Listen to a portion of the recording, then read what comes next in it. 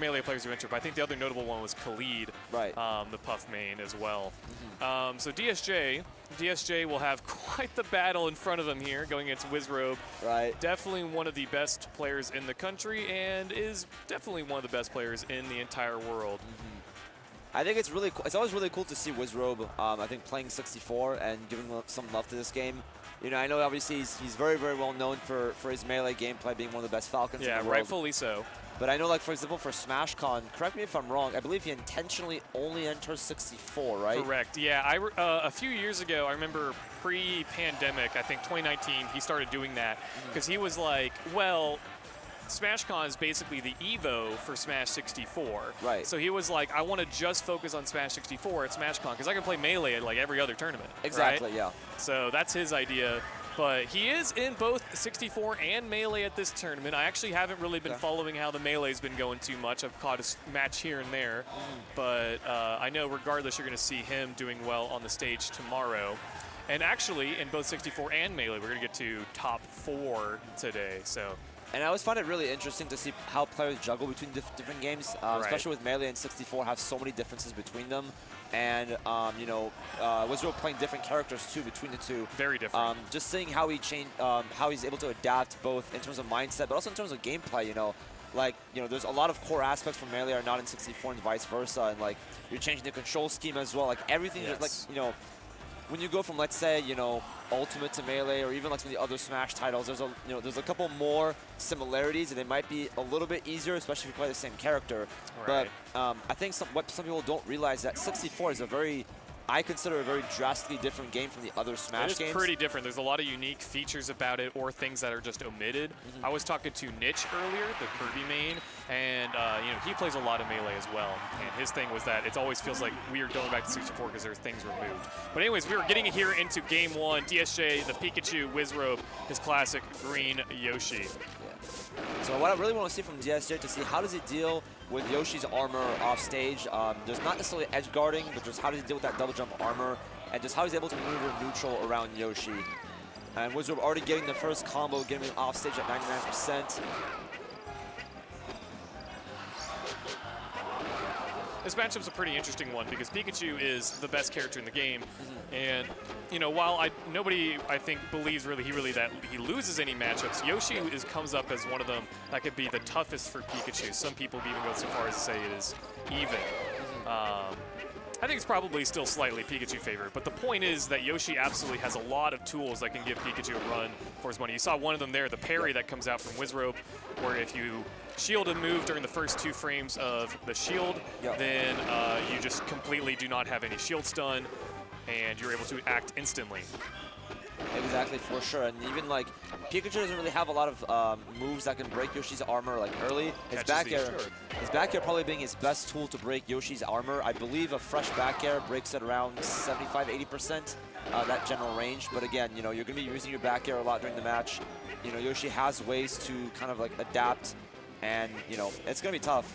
But again, doing pretty well so far. You know, 3 stocks to 2. Definitely nothing to sneeze at.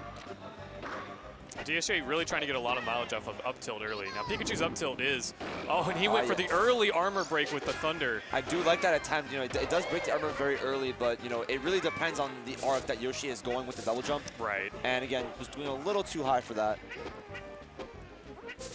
Well, DSJ, as a result of that missed Thunder, ended up with a loss of stock. So something that Pikachu can kind of do, because parry is only for the first move that hits Yoshi's shield. So Pikachu's forward air is a multi-hit move, which, Wispy blew off Wizzrobe. He wanted to hit an up smash, but Wispy got him.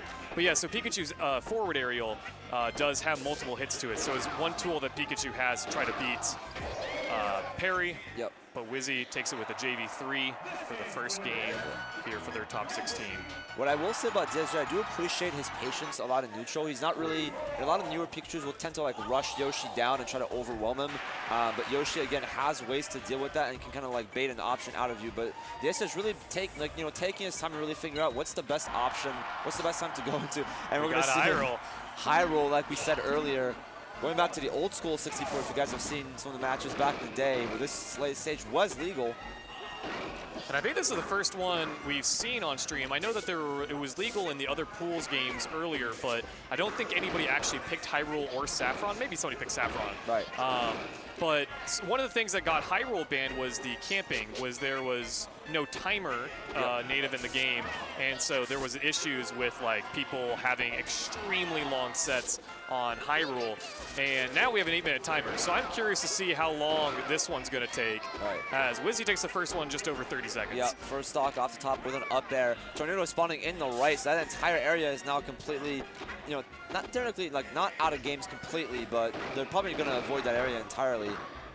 You can see the little slope there, though. Change of elevation let DSJ get that up tilt. Oh, and it's going to lead to a kill, too. Oh, there we go. Very nice catch right there from DSJ. Again, watching out for that double jump makes, you know, if you're not aware, Yoshi only has armor on his double jump during the rise itself, and he'll make like a little noise too.